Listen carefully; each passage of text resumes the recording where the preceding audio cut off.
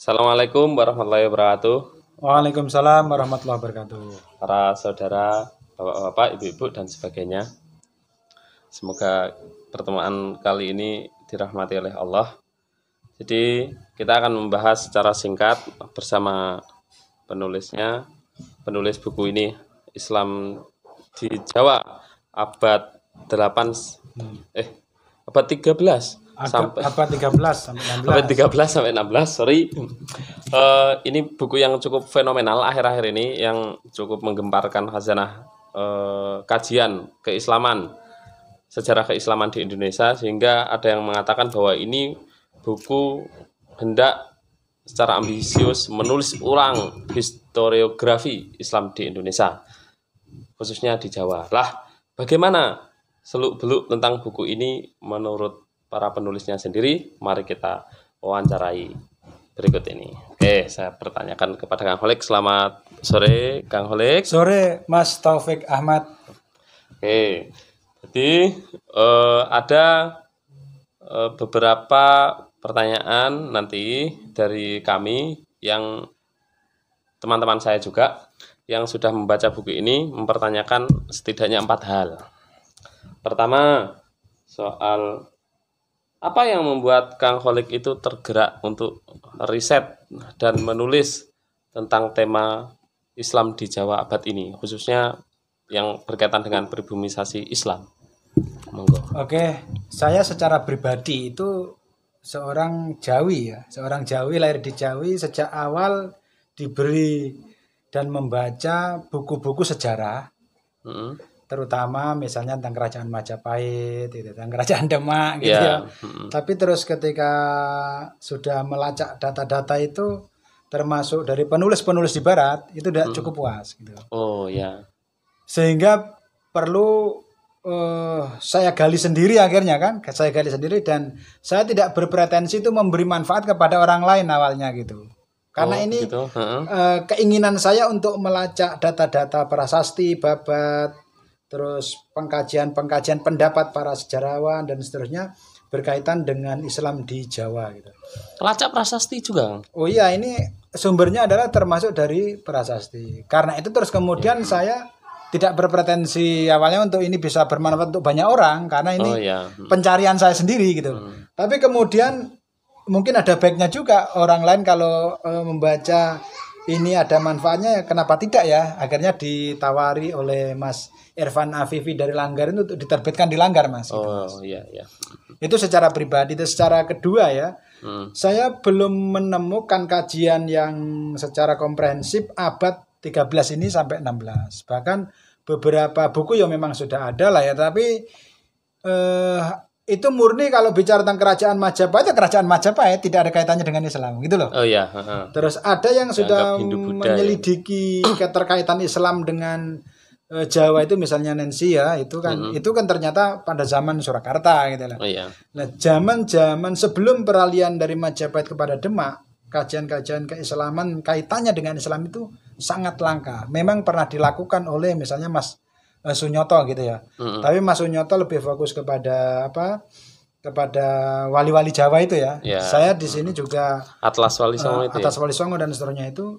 Saya juga menjadikan apa yang ditulis oleh Mas Agus Sunyoto sebagai bahan referensi saya. Tetapi tentu saja mungkin ada beberapa perbedaan memberikan argumentasi meskipun dalam pendapat tertentu sama gitu lah. Itu Mas. Ya, ada nggak misalnya jenengan terbayang seperti karyanya Ki Herman gitu, yang menyatakan bahwa Majapahit itu kesultanan seperti itu? Saya sudah baca ya? Bukunya Mas Herman ya. Tetapi cara saya membuat argumentasi dan saya berkesimpulan tidak sama dengan Mas Herman. Mas Herman kan menyatakan bahwa kerajaan Majapahit itu ya sultanan lah kira-kira itu. Kalau kita baca di prasasti-prasasti yang dikemukakan oleh para sejarawan, itu bertolak belakang gitu loh. Kesimpulan Mas Herman gitu. Tapi ada petunjuk-petunjuk bahwa Islam sudah berkembang luas, cukup luas di zaman itu, masuk akal gitu loh. Masuk akal. Pada zaman Majapahit sudah luas? Masuk akal gitu loh. Di pesisir-pesisir, bahkan beberapa buku yang terakhir yang terbit di Arab itu ya, Al-Auliyaul Syarqil Ba'id itu ya. Ja'far Basyari itu juga menyebut sejak zaman Kertanegara sudah ada utusan-utusan apa Syekh Jamaluddin Husain gitu ya. Syekh Jamaluddin Husain terus kemudian menyebarkan Islam ke beberapa wilayah dan seterusnya. Intinya bahwa Islam sudah cukup kuat, tapi kalau disimpulkan sebagai kesultanan itu perlu bukti-bukti yang lebih kuat karena itu Masih bertentangan terlalu dengan lemah ya. beberapa prasasti dan seterusnya itu. Iya. Iya, Kang.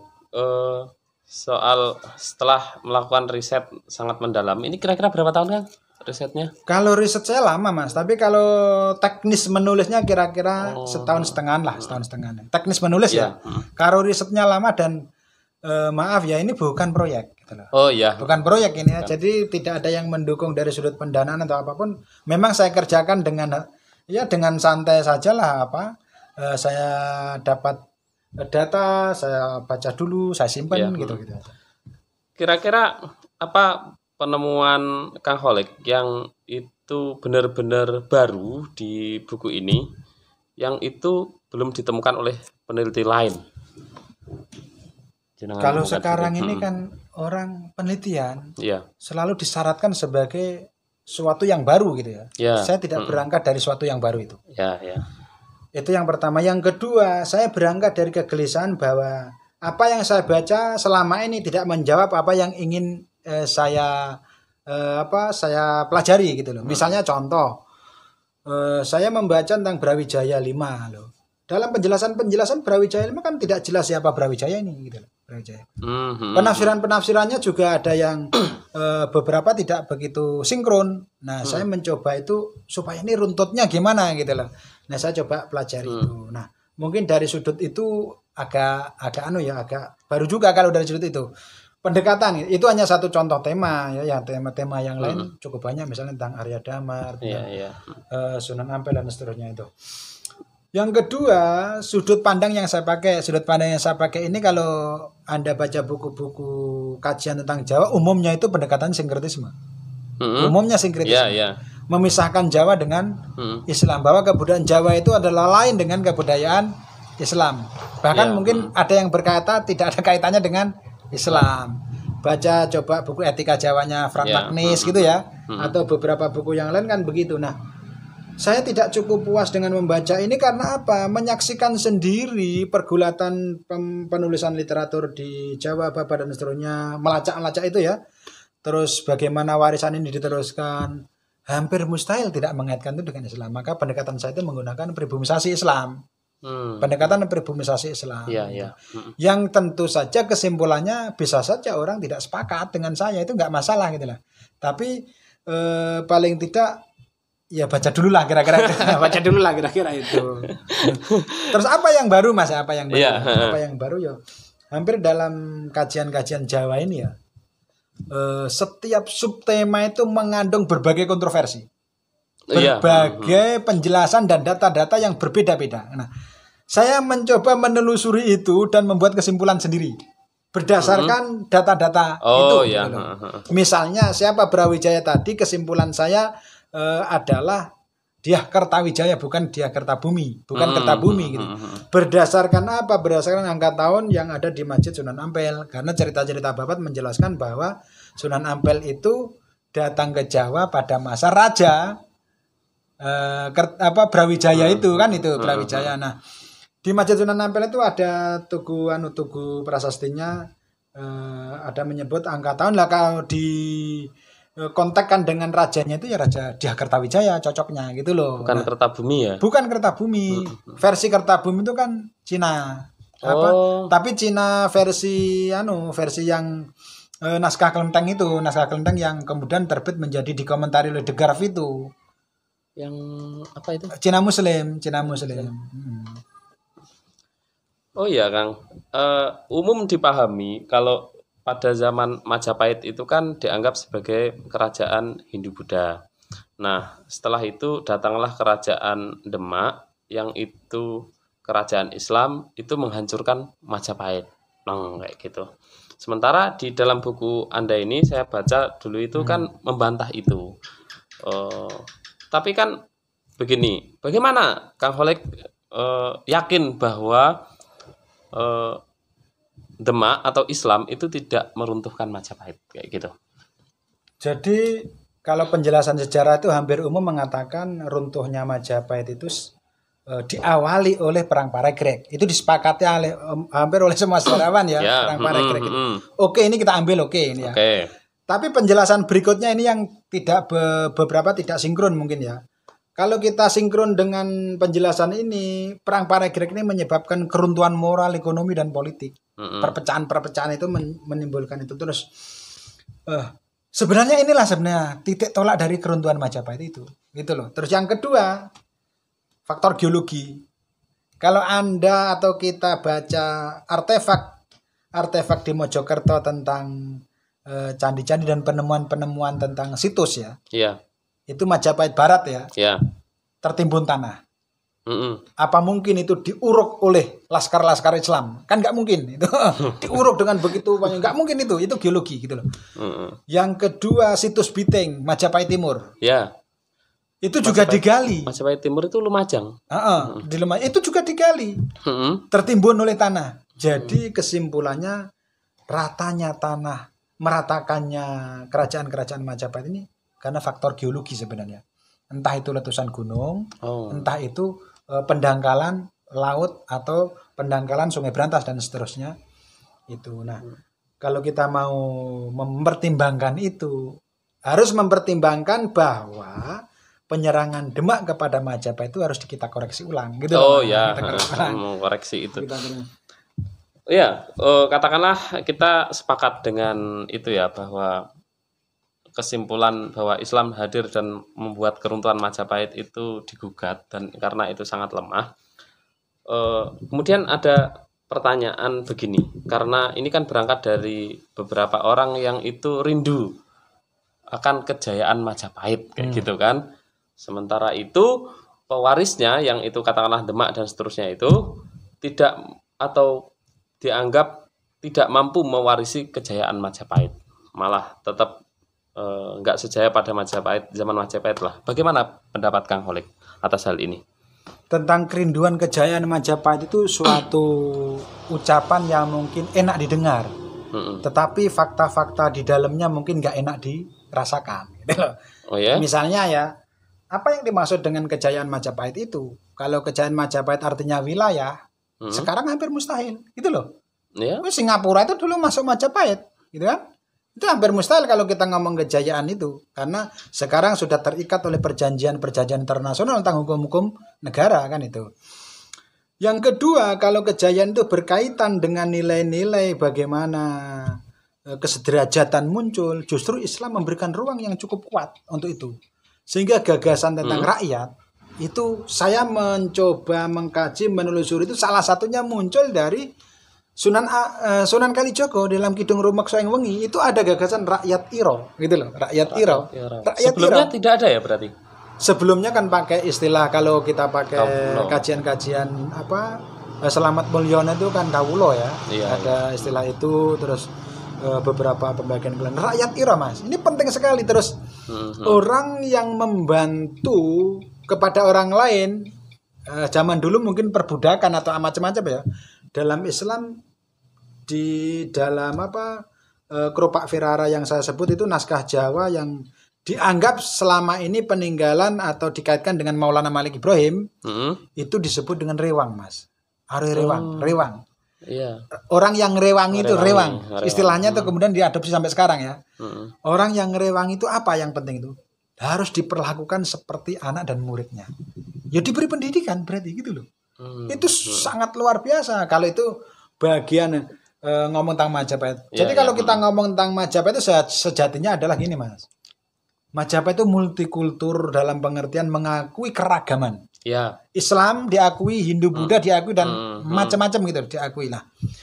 Inti dari toleransinya kita ambil tasamuhnya lah. Islam mengajarkan tasamuh Mas, gitu loh. Islam mengajarkan Mm-mm. tasamuhnya ini. Nah, kalau kita mau mengambil itu, tapi kalau ada orang yang mau menghidupkan raja kerajaan Majapahit, di samping itu tidak relevan dengan zaman sekarang, sama seperti orang mau menghidupkan kerajaan Demak, gitu lah. Dengan keadaan-keadaan dan peraturan-peraturan negeri sekarang itu sudah tidak relevan dan tidak bagi anak muda itu ya kamuflase yang bisa menggiring kepada suatu yang tidak bertepi, suatu yang tidak tentu loh, malah menyengsarakan itu. Jadi harus berpijak pada sekarang. Konteksnya Indonesia. Bangunan pengetahuannya dicarikan rujukan-rujukan dari khasanah, akar-akar tradisi. Kalau kita dari Muslim, salah satunya saya berusaha mencari rujukan itu dari sini. Oh ya. Gitu. Saya melihat dari sisi perbandingan begini Kang. Misalnya di Eropa kita kan mengenal ada fase yang dikenal dengan dark age gitu ya. Fase gelap gitu, dan mereka melakukan modernisasi itu bermula dari yang dikenal dengan Renaissance atau Renaissance gitu ya, membangkitkan hazanah-hazanah lama Yunani kuno gitu yang sudah terkubur. Lah, di sini saya pikir ada orang-orang atau intelektual yang menganggap bahwa kita Nusantara ini sedang mengalami fase dark age gitu dan ingin melakukan renaissance terhadap masa silam. Mungkin yang dianggap rujukannya itu adalah di zaman Majapahit yang barangkali bisa diambil dibawa ke sini. Bagaimana pendapat jenengan soal itu? Kalau kita begini, karena naskah-naskah lama kita dulu tidak ditemukan, belum ditemukan akibat kolonialisme. Akibat kolonialisme kan banyak naskah dibawa ke Belanda, ada yang Inggris dan seterusnya itu kan. Terus ada juga naskah yang mungkin tersimpan di kampung-kampung, di langgar-langgar kecil, lalu ditumpuk dan macam-macam hampir tidak berbentuk. Sekarang kemudian dicari itu ya. Itu harus kita pertimbangkan untuk membaca bahwa andai kita tidak dijajah Belanda mungkin tidak seperti itu gitu loh. Tapi karena ada interupsi dari Belanda yang kata bahasa teman-teman Mas Irfan juga sering ngomong interupsi itu ya. Interupsi itu, maka kita harus juga mengakui realitas bahwa adanya Belanda ini termasuk bagaimana naskah-naskah itu. Nah sekarang kita hilang gitu loh, naskah-naskah menjadi hilang kan, baru ada sebagian yang dikembalikan kan gitu, baru ada yang sebagian dikembalikan. Nah kita yang mewarisi kehidupan kebangsaan Indonesia kan sekarang kita hidup di dalam kerangka keindonesiaan kan, kebangsaan dengan nilai-nilai yang disebut Pancasila tadi kan, gitu, atau yang lain gitu. Nah masing-masing orang dalam tata negara ini, kelompok lah maksudnya ya, bertanggung jawab untuk menghubungkan, mendinamiskan komunitasnya, agamanya, pemahaman agamanya agar kompatibel dengan Pancasila tadi gitu loh. Nah untuk sampai ke sana kan cara orang berbeda-beda gitu loh. Di NU itu Nahdlatul Turos, tapi bukan dalam pengertian Nahdlatul Turos itu membanggakan warisan masa lalu, bukan itu. Bukan. Nahdlatul Turos itu harus bagaimana etos masa lalu di dalam kerja-kerja para sunan ini, itulah yang diambil gitu loh. Diambil untuk menjadi etos kita gerak pada hari ini gitu. Bukan hanya mentaktiskan mengambil apinya semacam itu ya. Ya apinya kita ambil, jangan apinya membakar nanti itu. Semangatnya maksudnya. Itu. Semangatnya. Girohnya gitu loh. Bahasa Bung Karno kan gitu ya. Untuk bagaimana supaya kita terus kemudian bisa hidup pada zaman ini tidak putus asa, mampu melanjutkan hidup mandiri, ya bermanfaat bagi generasi baru kan itu mas. Nah untuk sampai ke situ kan kadang-kadang ya ada orang yang mungkin pengennya ruwet-ruwet misalnya, salah satunya ya mau saya buku ini. Gitu loh. Kalau yang nggak pengen ruwet-ruwet ya sudah jalan gitu aja kan. Gitu. Siap. Ada satu kegelisahan beberapa teman yang setelah membaca buku ini pandangan kritis atau bahkan skeptisnya itu begini Kang. Bukankah buku ini malah memberikan semacam penyempitan pandangan terhadap masa silam itu sendiri? Maksudnya begini, sebagai seorang peneliti itu asumsi dasarnya, selayaknya itu kan objektif lah. Ini jenengan Kang Holik itu berangkat meneliti masa silam itu dari perspektif insider dari Islam begitu, bukan dari outsider, bukan dari luar yang melihat kenyataan gitu secara objektif. Bagaimana? Kalau Anda dalam dilema itu. pengetahuan mengatakan bahwa outsider itu objektif, itu omong kosong. Oh gitu, siap. Kalau Anda dari dalam menyatakan bahwa insider itu adalah tidak objektif, itu juga omong kosong. Oh, Itu omong kosong. siap. Nah, sekarang coba kamu teliti beberapa penelitian yang dianggap objektif, misalnya tentang panteisme yang dikaji oleh seorang Katolik ya, seorang Katolik itu yang tentang Manunggaling Kawula Gusti itu ya. Siapa itu ya? Manunggaling Kawula Gusti itu yang cukup populer dan banyak dijadikan rujukan itu. Di buku itu dia menggunakan tasawuf dengan kacamata panteisme. Oh, Gitu. Bagi kami, iya, terutama iya. saya yang menganut tasawuf ya, itu nggak relevan. Oleh karena itu bukan hanya kadang-kadang yang perlu orang pelaku subjek itu harus berbicara gitu. Subjek harus berbicara Iya, iya. bahwa kita tidak menafikan, tidak anti kepada orang lain loh ya. Tapi kita juga harus berbicara, nggak masalah gitu loh. Apakah itu diterima atau tidak? Tujuan Terserah, saya ya. tidak untuk memuaskan semua orang. Oh, siap. Kalau hidup Anda hanya untuk memuaskan semua orang, Anda akan gagal menjadi manusia gitu loh. Tapi tujuan Anda menyampaikan nilai-nilai, orang lain bisa membaca, mengambil manfaatnya. Bagi yang tidak bisa mengambil manfaatnya, ya jangan dibaca, gitu aja. Tapi kalau Anda mengkaji Jawa, kalau tidak membaca buku ini ya kira-kira kebangetan lah. Siap. Ya. Terakhir ya, Kang. Ya, oke. Ini biasanya seorang peneliti itu ketika hasil penelitiannya sudah dianggap sempurna dan sudah diterbitkan, itu ada rasa semacam, oh ini ternyata masih ada yang mengganjal, masih ada yang belum sempurna. Lah, kira-kira hal itu yang ingin Anda jenengan sampaikan apa yang rasa itu untuk Ya, penelitian selanjutnya dalam misalnya? penerbitan dan cetakan berikutnya, menurut saya perlu perbaikan banyak pembacaan lagi, misalnya dikoreksi macam itu. Ada beberapa yang mungkin belum pas itu kata-kata. Terus yang kedua, buku ini ada sequelnya, Mas. Jadi sequel buku ini Pantas ya. ada satu sequel yang berbicara tentang babat sufi di Jawa, khusus berbicara tentang pelaku-pelakunya gitu loh, pelaku-pelakunya, terus wejangannya, dan saya memberikan tafsir-tafsirnya, terus kemudian merumuskan sampai pada saya merumuskan ada kerakyatan Jawi. Gitu loh, itu. Konsep baru Sequelnya ini, itu saudara. kira-kira nanti akan Kerakyatan diberi Jawi. judul Babat Sufi di Jawa. Ya abad ini gitu. Babat Sufi di Jawa. Kalau ini kan Islam ini Babat Sufinya di Jawa gitu. Itu Terus sequel kedua. Itu sequel kedua. Terus sequel yang ketiga itu udah selesai naskah itu, sudah sekarang sudah diedit. Yang ketiga itu saya ingin menulis hampir dalam 80% saya selesaikan itu. Hampir mustahil ngomong abad 13 sampai 16 ini tanpa ngomong perkembangan tasawuf di Asia. Gitu. Di samping saya mengajarkan tasawuf dan tarekat, sehingga saya tertarik ke situ. Gitu.